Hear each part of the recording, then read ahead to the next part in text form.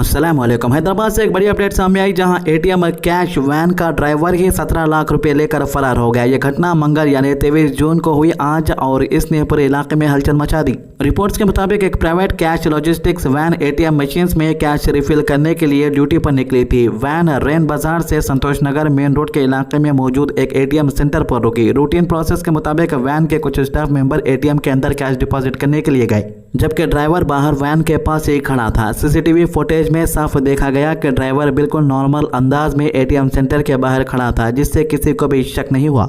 लेकिन कुछ ही लम्हों बाद इसने अचानक वैन के मेन कैश बॉक्स से 17 लाख रुपए निकाले और पहले से तैयार रखी हुई बाइक पर बैठकर यहां से फरार हो गया। जब एटीएम के अंदर कैश डिपॉजिट करने वाले स्टाफ बाहर आए तो इनके होश उड़ गए। वैन में रखा गया कैश गायब था और ड्राइवर भी मौजूद नहीं था। कुछ देर तक इन्होंने आसपास तलाशी की, लेकिन ड्राइवर का कोई पता नहीं चला। इसके बाद फौरन पुलिस को इत्तला दी गई। हैदराबाद सिटी पुलिस के अंडर आने वाली IS Sadan police station police ने केस रजिस्टर कर लिया और तहकीकात शुरू कर दी। Police CCTV footage, route detail और ड्राइवर की बैकग्राउंड हिस्ट्री को डिटेल में चेक कर रही है। पुलिस का कहना है कि इनिशियल इन्वेस्टिगेशन से लग रहा है कि यह कोई अचानक लिया गया फैसला नहीं था, बल्कि पूरी प्लानिंग के साथ किया गया ऑपरेशन था। और अंदाजा ये भी है कि ड्राइवर ने पहले से एस्केप रूट तैयार किया था और बाइक भी प्लानिंग के साथ अरेंजमेंट की गई। अब सबसे बड़ा सवाल यह है कि इतनी सिक्योरिटी के बावजूद कैश वैन से इतनी बड़ी रकम कैसे चोरी हो गई? क्या ड्राइवर अकेला था या इसके पीछे किसी गैंग का हाथ है? पुलिस हर एंगल से जांच कर रही। हैदराबाद में एटीएम कैश मूवमेंट सिक्योरिटी पर भी अब सवाल उठ रहे हैं। इस वाकये ने कैश लॉजिस्टिक कंपनी की सेफ्टी प्रोटोकॉल पर सीरियस कंसर्न पैदा कर दिया। फिलहाल पुलिस मुलजिम की तलाश में जुटी हुई है और उम्मीद की जा रही है कि जल्द ही मुलजिम को गिरफ्तार कर लिया जाएगा। तो इसके अलावा उस्मानिया जनरल हॉस्पिटल में काम कर रहे कुछ लोगों को 5 महीने से तनख्वाह नहीं मिली। जी हां, इन्होंने कहा कि इतने अरसे से बिना तनख्वाह के काम करना हमारे लिए बहुत मुश्किल हो गया है। इसी वजह से Telangana medical and health outsourcing contract employees ने अपने हक के लिए महाधरना शुरू कर दिया। इन्होंने कहा कि हमारी माली हालत दिन ब दिन खराब होती जा रही है, लेकिन इसके बावजूद हम रोज अपनी ड्यूटी ईमानदारी से कर रहे हैं। हॉस्पिटल में पेशेंट की खिदमत करना हमारी जिम्मेदारी है और हम अपनी जिम्मेदारी से पीछे नहीं हट रहे। लेकिन एक तरफ ड्यूटी का प्रेशर, दूसरी तरफ घर के कचरे, बच्चे की फीस, किराए, रेशन और रोजमर्रा की जरूरतें पूरी करना बहुत मुश्किल हो चुका। 5 महीनों से सैलरी ना मिलने की वजह से कई एम्प्लॉयज कर्जों में डूब गए हैं। कुछ लोगों के घर में रेशन खत्म होने की नौबत आ गई। बहुत से लोग टेंशन और स्ट्रेस का शिकार हो रहे हैं। हम भी इंसान ही हैं, हमारा भी घर है, हमारी भी जिम्मेदारियां हैं। सिर्फ लफ्ज निभाना ही काफी नहीं, घर चलाने के लिए वक्त पर सैलरी मिलना भी जरूरी है। इन्होंने आगे कहा कि हम हुकूमत और मुतालिक अथॉरिटीज से यही गुजारिश और मुतालबा कर रहे हैं कि हमारी मेहनत को समझा जाए। हम दिन रात मेहनत करते हैं, हेल्थ सेक्टर में अहम खिदमत अंजाम देते हैं, इसलिए हमें हमारा काम के मुताबिक हर महीना वक्त पर सैलरी दी जानी चाहिए। हमारी एक ही डिमांड है, हमें हमारे मेहनत का हक दिया जाना चाहिए। सैलरी में देरी बंद की जाए और हर महीना बर वक्त तनख्वाह रिलीज की जाए, ताकि हम भी अपने घर वालों के साथ इज्जत और सुकून के साथ जिंदगी गुजार सके। हम उम्मीद करते हैं कि हमारी आवाज़ सुनी जाएगी और जल्द से जल्द इस मसले का हल निकाला जाएगा।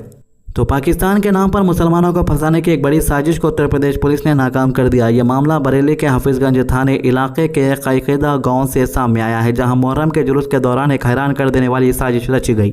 डिटेल्स के मुताबिक गांव में मुहर्रम का जुलूस निकल रहा था और लोग पूरा अमन तरीके से अपनी मजहबी रसूमात अदा कर रहे थे। इसी दौरान गांव के 2 अफराद इंदरपाल और भुवेश ने एक 12 साल के मुस्लिम बच्चे को रोका। इल्जाम है कि दोनों ने बच्चे को ऊपर दबाव डालकर वीडियो रिकॉर्ड किया और पाकिस्तान के नारे लगवाए। बच्चा कम उम्र का था और उसे शायद अंदाजा भी नहीं था कि उसे क्या बुलवाया जा रहा है, इसका क्या नतीजा हो सकता है। वीडियो रिकॉर्ड करने के बाद उसे सोशल मीडिया पर वायरल कर दिया गया। जैसे ही वीडियो फैला, लोगों में गुस्सा बढ़ गया। कई जगह से बच्चे और पूरी मुस्लिम कम्युनिटी के खिलाफ सख्त कार्रवाई की मांग उठने लगी। सोशल मीडिया पर अफवाहों का बाजार गर्म हो गया और कुछ लोग बिना हकीकत जाने माहौल को गर्म करने लगे। लेकिन यहाँ उत्तर प्रदेश पुलिस ने वक्त पर एक्शन लिया और मामले की तह तक पहुँचने के लिए तहकीकात शुरू की। पुलिस ने वीडियो की टेक्निकल इन्वेस्टिगेशन की, गवाहों से पूछताछ की और पूरा वाकये को डिटेल में समझा। जैसे जैसे जांच आगे बढ़ी, एक चौंकाने वाली सच्चाई सामने आई। पुलिस इन्वेस्टिगेशन में पता चला कि यह सब एक प्लान साजिश थी। मकसद सिर्फ इतना था कि मुहर्रम के मौके पर माहौल खराब किया जाए, हिंदू मुस्लिम तनाव पैदा किया जाए और मुसलमानों को झूठे इल्जामात में फंसाया जाए। जांच में सामने आया कि इंदरपाल और भुवेश ने ही जानबूझकर बच्चे से नारे लगवाए थे ताकि एडिटेड या वायरल वीडियो के जरिए नफरत फैलाई जा सके। सबसे परेशान करने वाली बात यह है कि एक मासूम 12 साल का बच्चे को अपनी गंदी सियासत और नफरत भरी साजिश का जरिया बनाया गया। एक बच्चा जो ना सियासत समझता है और ना सोशल मीडिया की पावर, उसे इस्तेमाल करके पूरे समाज को भड़काने की कोशिश की गई। अब पुलिस ने दोनों मुल्जिमान इंदरपाल और भूवेश को गिरफ्तार कर लिया है। उनके खिलाफ कानूनी कार्रवाई शुरू हो चुकी है। पुलिस का कहना है कि जो भी अमन अमान को बिगाड़ने की कोशिश करेगा उसके खिलाफ सख्त एक्शन लिया जाएगा। ये वाक़या एक बड़ी मिसाल है कि सोशल मीडिया पर वायरल होने वाली वीडियो पर फौरन यकीन नहीं करना चाहिए। हर वायरल क्लिप के पीछे की हकीकत कुछ और भी हो सकती है, इसलिए किसी भी खबर को शेयर करना या रिएक्ट करने से पहले उसकी तस्दीक करना बहुत ज़रूरी है। आज के दौर में फेक नैरेटिव और प्लान प्रोपेगेंडा के जरिए लोगों को बांटने की कोशिश होती रहती है। ऐसे में होशियारी, सब्र और सच्चाई की तस्दीक ही सबसे बड़ा जवाब है। इस मामले में पुलिस की वक्त पर की गई जांच ने एक बड़ी साजिश को बेनकाब कर दिया और मुमकिन फितने को रोक दिया।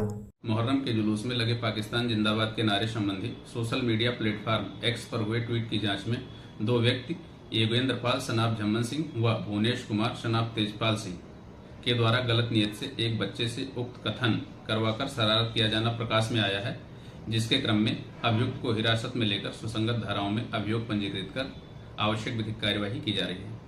तो इसके अलावा हैदराबाद में कांग्रेस लेफ्ट पार्टीज और तेलंगाना जन समिति ने आज SIR यानी स्पेशल इंटेंसिव रिवीजन के खिलाफ एक बड़ा एहतजाज रैली निकाला। यह रैली हैदराबाद के टैंक बांड पर मौजूद BR अम्बेडकर स्टैचू से शुरू हुई और सीधा BRK भवन तक गई। एहतजाज में शामिल लोगों ने हाथों में प्ले कार्ड पकड़े हुए थे और जोरदार नारेबाजी करते हुए अपना गुस्सा जाहिर किया। एहतजाज करने वालों का कहना है कि BJP और इलेक्शन कमीशन मिलकर SIR के जरिए वोटर लिस्ट में ऐसी तब्दीलियां कर रहे हैं जो जमहूरियत के लिए खतरा बन सकती है। इनका इल्जाम है कि गरीब लोगों, कमजोर तबकों, ट्राइबल, दलित और लोअर कास्ट कम्युनिटीज के नाम पर वोटर लिस्ट से हटाने की कोशिशें की जा रही है। इन्होंने कहा कि अगर किसी शहरी का वोटिंग राइट छीन लिया जाता है तो यह सिर्फ एक नाम हटाना नहीं बल्कि इसकी आवाज को खामोश करने के बराबर है। रैली के दौरान लीडर ने कहा कि वोट हर शहरी का बुनियादी हक है और किसी भी बहाने से उस हक को छीनना कबूल नहीं किया जाएगा। इन्होंने यह भी कहा कि अगर वोटर लिस्ट से आम लोगों के नाम हटा दिए गए तो इलेक्शन प्रोसेस पर आवाम का भरोसा कम हो सकता है। प्रोटेस्टर्स का मानना है कि यह सिर्फ सियासी मसला नहीं बल्कि पूरे डेमोक्रेटिक सिस्टम पर सीधा हमला है। कांग्रेस और लेफ्ट लीडर्स ने कहा कि इलेक्शन कमीशन को एक रिप्रेजेंटेशन देंगे और डिमांड करेंगे कि